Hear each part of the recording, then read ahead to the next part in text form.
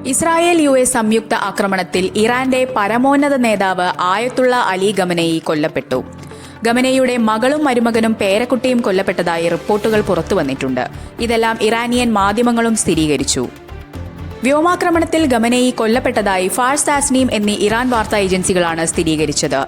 Iran ഔദ്യോഗിക മാധ്യമങ്ങളെ ഉദ്ധരിച്ച് വാർത്താ ഏജൻസിയായ റോയിറ്റേഴ്സും ഇക്കാര്യം റിപ്പോർട്ട് ചെയ്തു. ഖമനേയി കൊല്ലപ്പെട്ടതായി ഇസ്രായേലും അമേരിക്കയും അവകാശപ്പെട്ടിരുന്നു. ചരിത്രത്തിലെ ഏറ്റവും ക്രൂരനായ വ്യക്തികളിൽ ഒരാളായ ഖമനേയിയെ വധിച്ചതായും ഇത് ഇറാനിലെ ജനങ്ങൾക്ക് നിയന്ത്രണം തിരിച്ചുപിടിക്കാനുള്ള വലിയ അവസരമാണെന്നും ട്രംപ് ട്രൂത്ത് സോഷ്യലിൽ കുറിച്ചു. ഇസ്രായേൽ പ്രധാനമന്ത്രി ബെഞ്ചമിൻ നെതന്യാഹുവും സമാനമായ സൂചനകൾ നൽകി. ഖമനേയി ഇനി ഇല്ലെന്ന് സൂചിപ്പിക്കുന്ന നിരവധി ഈ വാർത്തയുടെ പൂർണ്ണ വിശദാംശങ്ങൾ അറിയാൻ ദ ഹാലി ന്യൂസ് യൂട്യൂബ് ചാനൽ കാണുക. Link in bio.